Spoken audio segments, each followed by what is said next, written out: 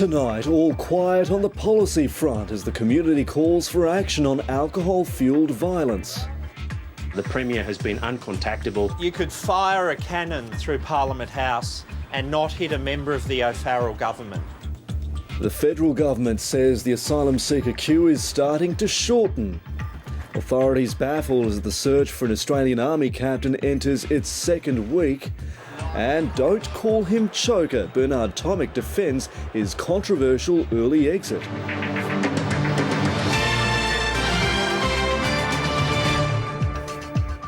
Good evening, Jeremy Fernandez with ABC News. Those stories in just a moment, but first, hundreds of passengers are stuck on a train in Sydney's eastern suburbs after what appears to be a brake failure. Sarah Hawke is at Edgecliff Station. Sarah, what can you tell us? Yeah, Jeremy, at this stage it is a bit of a moving feast, but we do understand during his time serving overseas. But so far, there's nothing to confirm it. The search will continue into this weekend. Ben Knight, ABC News, Saranac Lake. Egyptians are heading to the ballot boxes for the first time since President Mohamed Morsi was ousted. They're voting in a referendum for a new constitution that's likely to launch a presidential bid by the army chief who overthrew him. Middle East correspondent Hayden Cooper reports from Cairo. With a sense of déjà vu, Egyptians are to be seen how long he can duck the scandal. Mary Gearan, ABC News. Finance now, and the local share market bounced back after strong gains on Wall Street. The Australian dollar, though, has slipped back below 90 US cents. Here's Alan Kohler. Well, yesterday's chunky fall on Wall Street was not the start of a correction, despite all the pundits that are saying it's due for one. The main index jumped more than 1%, and tech stocks on the Nasdaq exchange did even better, up 1.7%, twice the bliss point, which I suppose explains why we're miserable. And that's finance.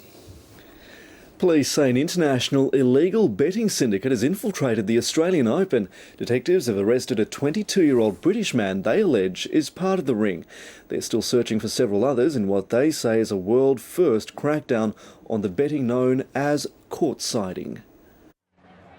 Police say an international syndicate has targeted the Australian Open and has sent members to Melbourne to facilitate illegal betting. The global tennis betting market is in the tens of millions on every day, and then we find that... we've never seen that before, so it's unbelievable. The Thunder is, however, still at the bottom of the ladder. Let's take a look at the weather now, and Penrith has had its hottest day since mid-December, Graham. Yeah, and those temperatures are only slowly dropping. It reached 39.2. That was just after 3:40 this afternoon, still sitting around about 34 degrees. But the sea breeze has cooled most suburbs, I should say, to below 30 degrees now, and it'll help cap the city temperature at 28.8. Now, there is a severe thunderstorm move through the coming days. Little change. Saturday will still be the hottest, but then a cooler change arriving early Sunday morning, and that'll lead to some milder weather, but little rain, Jeremy. Thanks, Graham. And that's ABC News for this Wednesday evening. Stay with us for 7:30 with Lee Sales.